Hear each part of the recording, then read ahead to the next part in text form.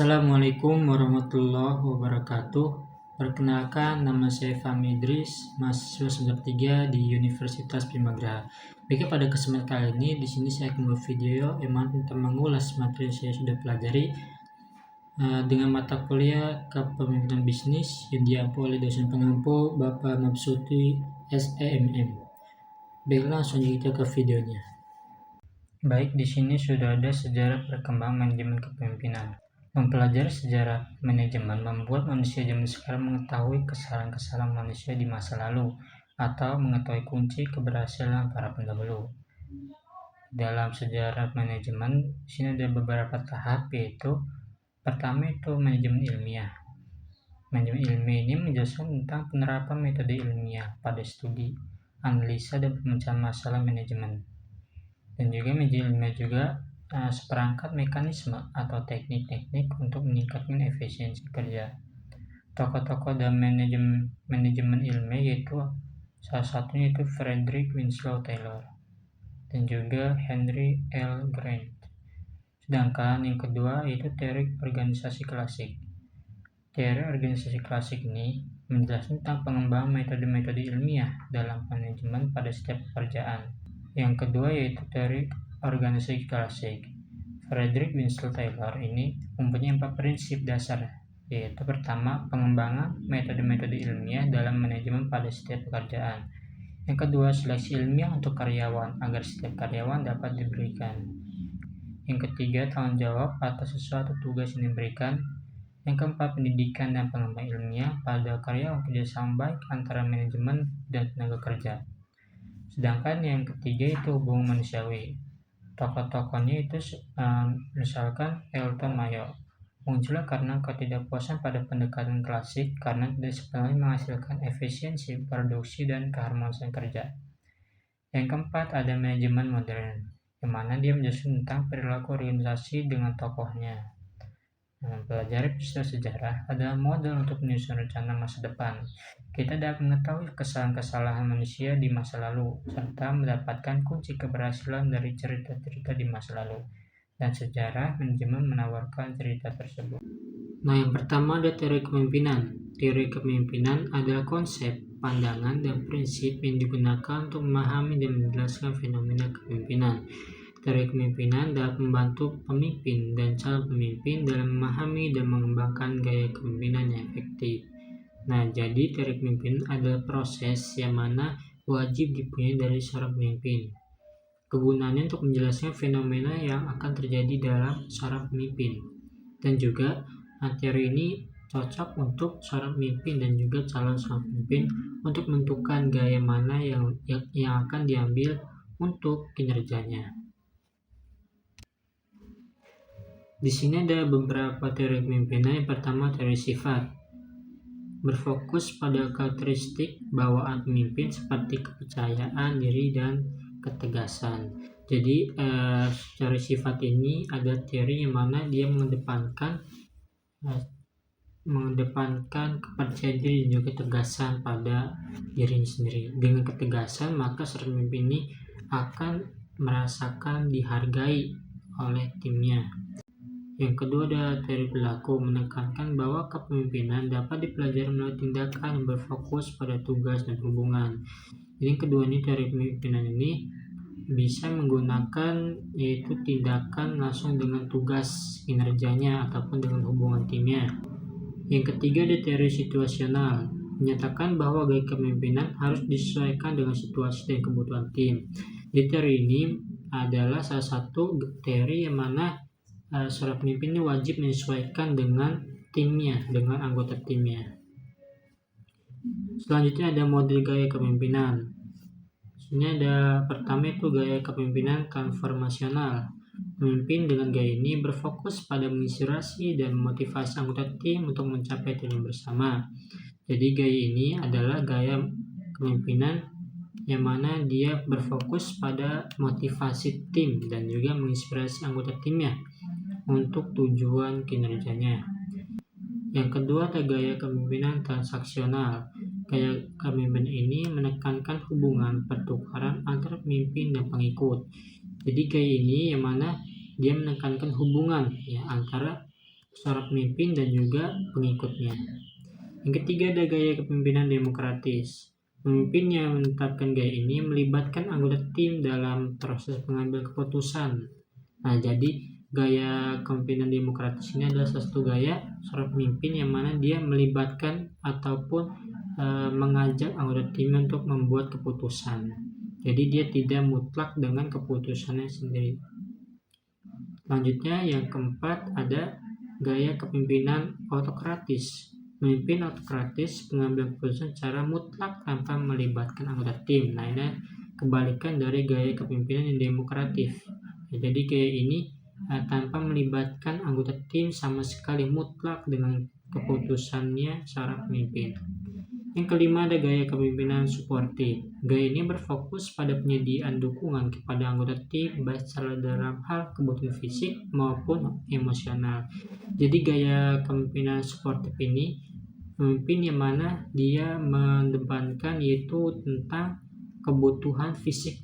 Yang keenam gaya kepemimpinan laissez-faire. Dalam gaya ini pemimpin memberikan kebebasan penuh dengan anggota tim untuk mengambil keputusan dan mengelola pekerjaan mereka sendiri.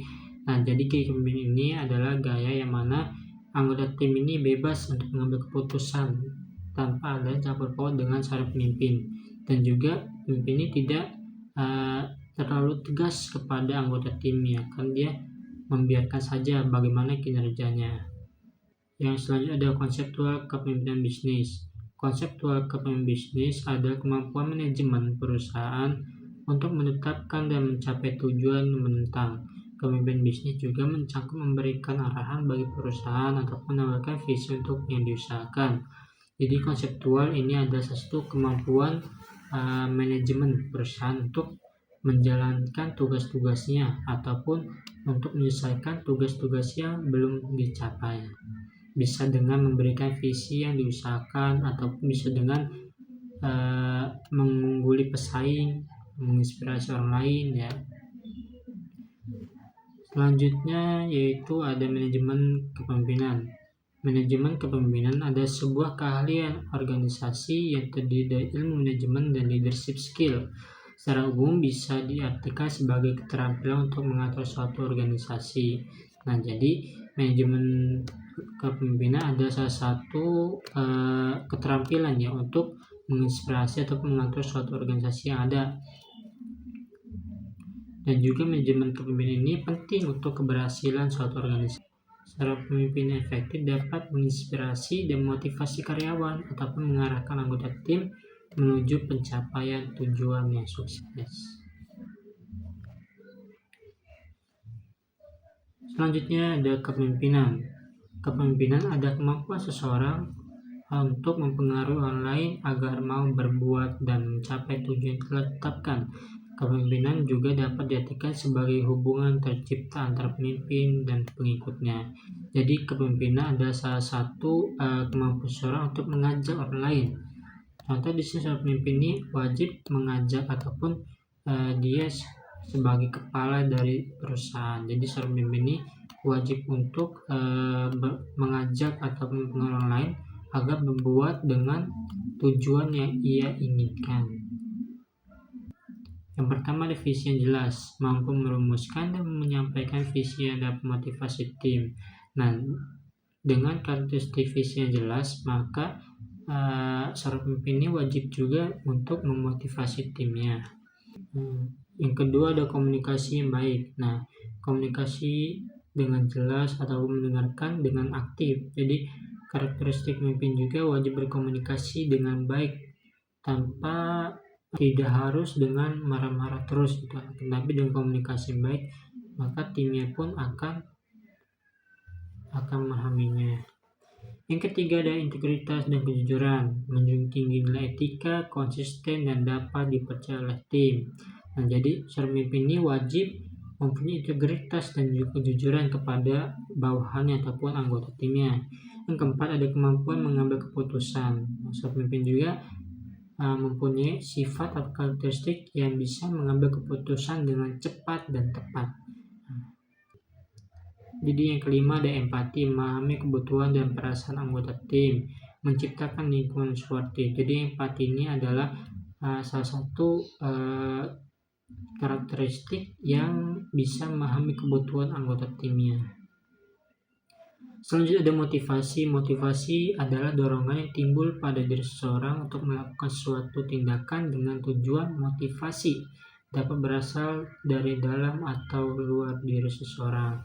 Jadi motivasi ini bisa diindikasikan dengan adanya hasrat ataupun minat, dorongan, dan kebutuhan. Nah, selanjutnya ada motivasi. Motivasi adalah dorongan yang timbul pada diri seseorang untuk melakukan suatu tindakan dengan tujuan. Motivasi dapat berasal dari dalam atau luar diri seseorang. Jadi motivasi dapat diindikasikan dengan adanya hasrat dan minat, dorongan dan kebutuhan, harapan dan juga cita-cita. Dengan format motivasi dapat membantu seseorang untuk tetap hidup dan mengerjakan tujuan yang telah ditetapkan. Nah, di sini ada perilaku kerja. Perilaku kerja adalah cara seseorang menyelesaikan tugas-tugasnya di tempat kerja, termasuk sikap, tindakan, dan juga komunikasi yang dilakukan. Perilaku kerja merupakan aspek penting dari perilaku manusia yang dapat mencerminkan sikap seseorang terhadap tim. Nah, cirinya misalkan seseorang itu bekerja dengan ikhlas ataupun bekerja dengan keras dan juga bekerja dengan cerdas. Di sini ada strategi kepemimpinan. Strategi kepemimpinan adalah metode dalam rencana yang bertujuan untuk membawa perubahan dalam organisasi yang mengimplementasikan strategi dengan kualitas kepemimpinan dan efektif dan membuat karyawan memahami tujuan serta tanggung jawab yang dihargai. Jadi, strategi kepemimpinan adalah salah satu metode atau rencana yang tujuannya untuk membawa perubahan dengan organisasinya. Jadi dia bisa mengimplementasikan strategi dengan kualitas kepemimpinan yang lebih efektif. Di sini ada komponen kepemimpinan strategis. Yang pertama, menentukan visi, misi, dan tujuan perusahaan. Nah, komponen pertama itu bisa merupakan visi, misi, dan tujuan perusahaan. Yang kedua, ada mengembangkan sumber daya manusia atau SDM. Yang ketiga, ada mempertahankan kekuatan dan keunggulan perusahaan. Yang keempat, ada menekankan praktik etis. Yang kelima, membangun kontrol organisasi yang seimbang. Yang keenam, mempertahankan budaya organisasi yang efektif. Nah, dari materi yang saya sudah sampaikan, bisa disimpulkan bahwasannya kepemimpinan adalah tentang bagaimana mempengaruhi orang lain, bawahan atau pengikut, agar mencapai tujuan yang diinginkan sang pemimpin. Seorang pemimpin juga harus memiliki berbagai kemampuan dan karakteristik seperti komunikasi.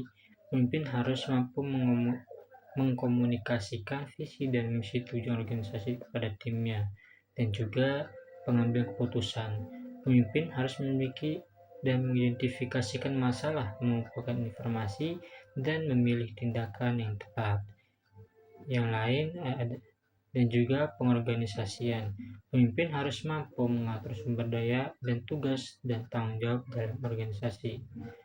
Pemimpin bagian hal penting karena perannya dalam berbagai hal guna mencapai kesuksesan perusahaan.